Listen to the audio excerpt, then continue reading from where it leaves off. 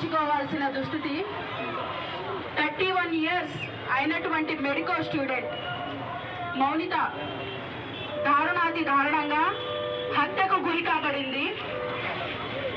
ఢిల్లీలో నిర్భయ హత్యకు గురి కాబడి నేటికి 12 సంవత్సరాలు కాలం గడిచిపోయిన పరిస్థితి. ప్రతి హత్యలు జరుగుతున్నాయి, ప్రభుత్వాలు కూడా వస్తున్నాయి పోతున్నాయి, కొత్త ప్రభుత్వాలు అనేకమైనవి ప్రతి రాష్ట్రంలో ప్రతి దేశంలో మనం చూస్తూనే ఉన్నాము. మరి మన దేశంలో అన్ని దేశాల్లో కఠినమైన చర్యలు తీసుకుంటున్నారు. అత్యాచారం జరిగితే మన దేశంలో ఎందుకు కఠినమైన చర్యలు తీసుకోవట్లేదు? ఎందుకు చట్టాలు బలపడట్లేదు? దేని గురించి? రాజకీయ పార్టీలు కొత్తవి వస్తుంటాయి పోతుంటాయి. చట్టాలు అనేవి బలంగా దృఢపడిన రోజే, మనకి చట్టాలు దృఢంగా బలపడి చర్యలు తీసుకున్న రోజే మనకి స్వాతంత్రం వచ్చిన రోజుగా నేను భావిస్తాను. మహిళలు ఒకానొకప్పుడు వంటింటికే పరిమితం కాబడి ఉన్నారు. మరి ఈ రోజు మహిళా సాధికారతను పెంచండి అని చెప్పి గవర్నమెంట్లు ప్రోత్సహిస్తున్నాయి. మరి చట్టాలను ఎందుకు బలపరచట్లేదు? ఎందుకు కఠినమైన చర్యలు తీసుకోవట్లేదు? ఈ రోజు చూసుకుంటే మనం రాష్ట్రంలో చిన్న పిల్లల నుంచి ముసలి వాళ్ళ వరకు అనేక హత్యలు జరుగుతూ ఉన్నాయి. అనేక దారుణమైన సంఘటనలు మనం చూస్తూ ఉన్నాము. మరి నేడు నిర్భయ ఘటన, అలాగే తెలంగాణలో దిశ, ఇలాంటి అనేకమైన హత్యలు జరుగుతూ ఉన్నాయి. నేను కోరుకునేది ఒకటే, ఈ తల్లికి మనం చేసేది ఈ రోజు చేస్తాం, రేపు ఇదే ర్యాలీ చేస్తూ ఉంటాము, సంఘీభావం తెలుపుతూ ఉంటాం. ఈ రోజు ఇది జరిగింది, ఈ రోజు చేస్తున్నాం, రేపు ఇంకోటి జరుగుతుంది, రేపు కూడా ఇలాగే రోడ్డు ఎక్కుతాము. ఇంకా ఇవన్నీ నిరంతరంగా జరుగుతూనే ఉంటాయి.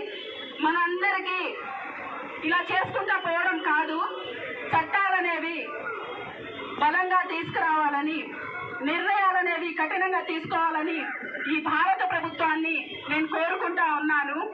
అదేవిధంగా ఈ తల్లికి ఇంత అన్యాయం జరిగినందుకు నిజంగా యావత్ భారతదేశం తలదించుకోవాల్సిన పరిస్థితి ఈరోజు. అమ్మ, నేను మీ విషయంలో నేనేమి చేయలేకపోతున్నందుకు ఇంతకు మించి నిజంగా నేను సిగ్గుపడతా ఉన్నాను. ప్రతి ఒక్క మహిళ కూడా తలదించుకోవాల్సిన దుస్థితి ఇది. అలాగే ప్రతి తల్లి కూడా తన బిడ్డను బయటకు వెళ్తున్నారు, మహిళ పట్ల ఎలా గౌరవించాలి, మనం ప్రతిరోజు స్కూల్స్ లో పూజిస్తూ ఉంటాము. మాతృభూమి భారతదేశం అని చెప్పి అదేవిధంగా ప్రేయర్ చేస్తూ ఉంటాం. భారతదేశంలో ప్రతి ఒక్క మహిళ నా చెల్లి, నా అక్క, నా సోదరులని అది ఎక్కడ పాటిస్తున్నారు? మహిళను పూజించండి అని అంటున్నారు. ఈ రోజు మహిళను పూజించడం కాదు కదా, తను బయటకు వచ్చి ఒక జాబ్ కూడా చేసుకునే పరిస్థితి లేదు, బయట నడిచే పరిస్థితి కూడా లేదు. ఈ దుస్థితి మరి ఇంకెన్నాళ్ళు సాగుతుందో నాకైతే తెలియడం లేదు. ఇలాంటి ఘటన మరొకటి జరగకూడదు. అలాంటి ఆడపిల్లకు పట్టిన గతి ఇంకొకరికి రాకూడదు. ఇవన్నీ కూడా ప్రభుత్వం వెంటనే కఠినమైన చర్యలు తీసుకొని చట్టాలను బలంగా తీసుకురావాలని ఒక ఆడపిల్లగా, అలాగే భారతదేశంలో మహిళల పట్ల గౌరవంగా వ్యవహరించాలని పురుషులు నేను కోరుకుంటా ఉన్నాను.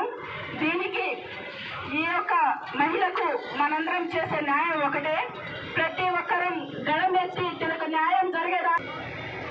మనం ఈరోజు చిలకలూరుపేటలో ఎక్కడో కోల్కతాలో జరిగిందనే కాకుండా మనకేం సంబంధం ఉంది, మనకెందుకులేని కాకుండా ఇంతమంది వచ్చి కార్యక్రమానికి జయప్రదం చేసినటువంటి మహిళా మనులకు, అలాగే రాజకీయ పార్టీల నాయకులకు, ప్రజా సంఘాల నాయకులకు, అలాగే కంపౌండర్ అసోసియేషన్, డాక్టర్స్, న్యాయవాదులు, అలాగే ఉపాధ్యాయులు, మానవతావాదులందరికీ కూడా పేరు పేరున విప్లవాభివందనలు తెలియజేస్తూ ఈ కార్యక్రమాన్ని ఇంతటితో ముగిస్తా ఉన్నాం.